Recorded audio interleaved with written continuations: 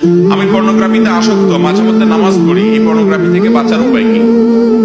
যে প্রশ্নগুলো আমাদের কাছে সবচেয়ে বেশি আসে, 4-5টা প্রশ্ন আছে, সব জায়গায় আসে প্রায়, এর মধ্যে এইটা একটা প্রশ্ন যে আমাদের যুবক ভাইয়েরা পর্নোগ্রাফির আসক্তি থেকে, মাস্টারবেশন থেকে বাঁচতে চাচ্ছেন এবং পর্নোগ্রাফি থেকে বাঁচতে চাচ্ছেন, গোপন গুনাহে আক্রান্ত। দেখুন, এই গুনাহ থেকে বাঁচার জন্য সবচেয়ে কার্যকর উপায় হলো বিবাহ শাদী। আল্লাহ তাআলা যদি উপযুক্ত করেন এবং উপার্জনের কোনো মাধ্যম থাকলে বিবাহ শাদীর দিকে চলে যান, এটা হলো সবচেয়ে কার্যকর উপায়। উপার্জন নাই, উপার্জন শুরু করে দেন, কামাই রোজগার শুরু করে দেন, কোনো কাজকে ছোট মনে করবেন না, যে কোনো হালাল উপার্জন শুরু করবেন। আমি সব জায়গায় বলি যুবক ভাইদেরকে, কখনো কোনো কাজকে ছোট মনে করবেন, যে কোনো হালাল উপার্জনের জন্য কাজ শুরু করে দেন, আল্লাহ তাআলা বারাকা দিবেন। আপনি শুরু করেন, আপনার কাজ শুরু করা একদিকে হয় না, আরেক জায়গায় ছাড়েন, নিরাশ হবেন না। 10 জায়গায় মাইর খাইছেন, 11তম জায়গায় শুরু করেন, ইমানদার নিরাশ হবে না, আরো সাবধান হন, আরো সতর্ক হন, শুরু করেন।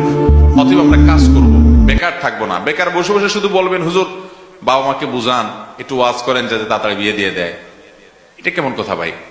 বাবা মারে তো আমি বলবোই, কিন্তু আপনারটা আপনি করেন, উপার্জন শুরু করেন। আর বাবা মাকেও বলি যে সন্তানদেরকে তাড়াতাড়ি বিয়ে দেন, কারণ নানামুখী ফিতনায় তারা আক্রান্ত। সিনিয়র যারা আছেন, বয়স্ক মুরব্বী যারা আছেন, 50-60 বছর বয়স, আপনারা জানেন না দুনিয়া কোথায়, আপনারা জানেন না আপনার ছেলে মেয়েদের সামনে কত ফিতনা। আপনাদের আমলে ফেসবুক ইউটিউব এত ছিল না। আমি সব জায়গায় বলি, আমাদের মুরব্বীরা যারা বাপ চাচার বয়সী আছেন, খবর নিয়ে দেখেন, এরা সবাই 20 বছরের কমে বিয়ে করছে, কারণ তাদের বাপেরা অল্প বয়সে বিয়ে করে দিচ্ছে। এখন ছেলেকে বলে পায়ের উপরে দাঁড়াও, পায়ের উপরে দাঁড়াও, 30 পার করে দেয়, ছেলেদের বিয়ে দেয় না। আরে বাবা, আপনাকে এত আগে বিয়ে করতে বলছে কি? আপনি আরো পরে করলেও চলতো, আপনার আমলে এত ফিতনা ছিল না। এখন যুবকদের সামনে বহুমুখী ফিতনা আছে।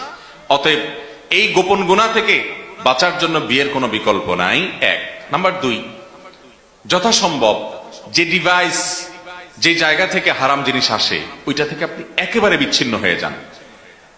আপনি কথার কথা স্মার্টফোনের কারণে এই ডিভাইসে, এই অপরাধে আপনি আসক্ত, আপনি স্মার্টফোনটা 6 মাসের জন্য ত্যাগ করেন। এটা একটা ফর্মুলা, 6 মাসের জন্য।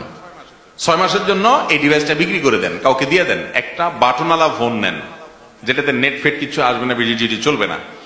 আপনি এভাবে যদি 6 মাস নিজেকে নিয়ন্ত্রণ করতে পারবেন, ইনশাআল্লাহ এই অভ্যাস আপনার দূর হয়ে যাবে একসাথে। 6 মাসে একটা কোর্স নেন, একটু হিম্মত তো করতে হবে।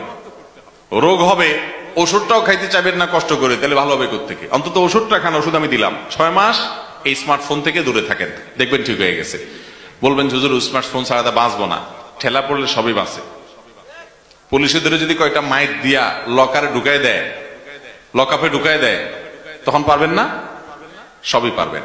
এই জন্য হিম্মত করতে হবে যে আমি স্মার্টফোন ব্যবহার করব না 6টা মাসের জন্য। এর সাথে আল্লাহ তাআলার কাছে ইস্তেগফার এবং দোয়া করবেন, নির্জনতা পরিহার করবেন, কারণ এগুলো নির্জনতা অনেক বেশি হয়। আল্লাহ তাআলা আমাদেরকে বাঁচার তৌফিক দান করুন।